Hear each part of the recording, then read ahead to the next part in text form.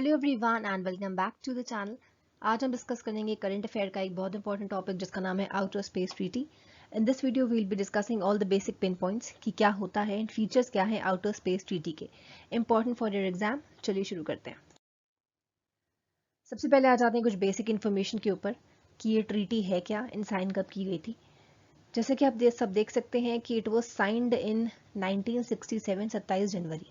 ठीक है, 27 जनवरी 1967 को ये open space treaty, open space संधि मतलब एक था जो कि डील करते हैं, उसे साइन किया गया था। उस ट्रीटी को साइन किया गया था। हिंदी में ट्रीटी को संधि बोलते हैं। साइन किया गया था 1967 में। इनफोर्स कब किया गया, मतलब लागू कब किया गया, इम्प्लीमेंट कब किया गया? It was implemented in the month of October 1967। Same साल है एंड बस महीने में डिफरेंस है।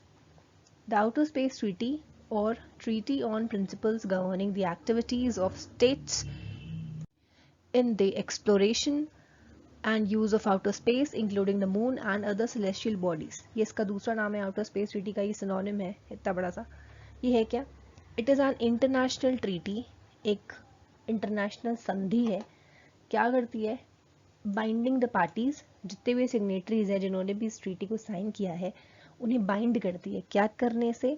To use outer space only for peaceful purposes. कि जो स्पेस है जहाँ पर प्लैनेट्स होते हैं, जहाँ पे सेलेस्टियल बॉडीज होती हैं, उस एरिया का यूज कैसे करना है? आपको सिर्फ पीसफुल चीज़ों के लिए करना है।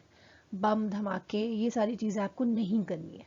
ठीक है, ये ट्रीटी इस चीज़ के लिए बनी है कि जितने भी मेंबर्स हैं, जितने भी मेंबर कंट्रीज हैं जो साइन कर रही हैं, वो सारी इस चीज़ के लिए बाइंडिंग होती हैं कि वो स्पेस में कोई भी ऐसी चीज़ नहीं करेंगे जिससे कि मास डिस्ट्रक्शन हो।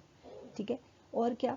इट प्रोहिबिट्स, ये ट्रीटी प्रोहिबिट करती है, रोकती है जो भी सिग्नेटरीज हैं जिन्होंने साइन किया ट्रीटी को, क्या करने से?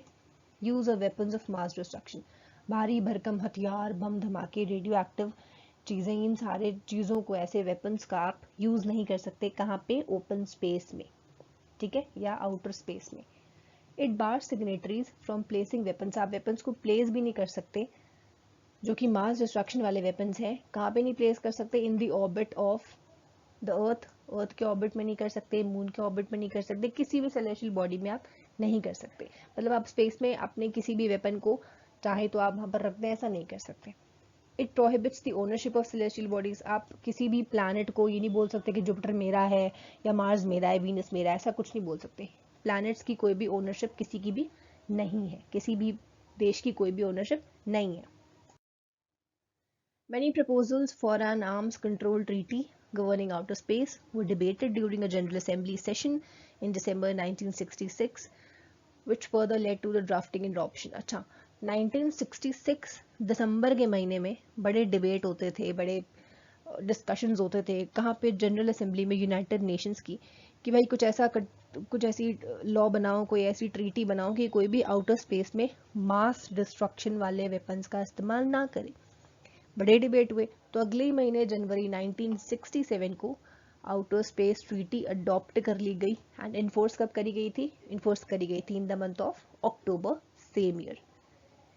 और क्या कहती है treaty? It Lay's that space shall be freely explored. ये ट्रीटी ये बोलती है कि जो स्पेस एरिया है, जो आउटर स्पेस एरिया है, उसे फ्रीली एक्सप्लोर कर सकता है कोई भी देश। अर्थ पे जितने भी देश हैं, कोई भी देश अपने सैटेलाइट कहीं भी भेज सकता है, किसी का भी कोई भी ओनरशिप नहीं होगा।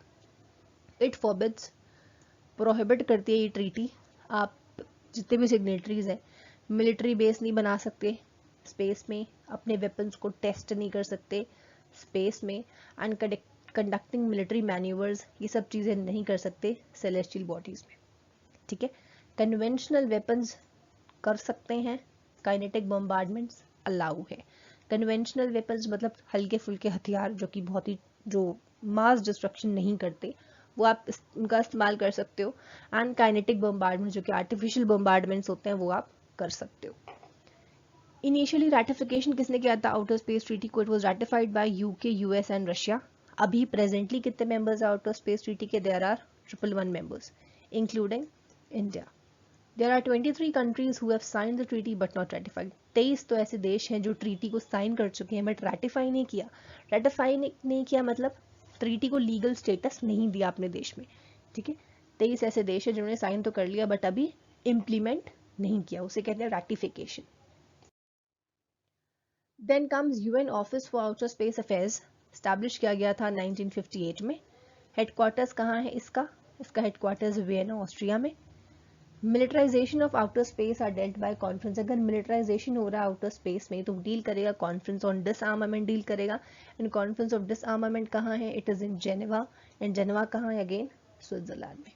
ठीक है, ये देखिए इस पिक्चर में दीज गाइज आर एंजॉइंग, ये सिग्नेटरी करी है जब 1967 में अडॉप्ट की गई थी outer space treaty. After signing these guys are enjoying, यहाँ पे पार्टी हो रही है। ओके, सो आई होप आप सबको समझ में आ गया होगा। बहुत ही सिंपल सा टॉपिक है, इम्पॉर्टेंट है करंट अफेयर्स के लिए।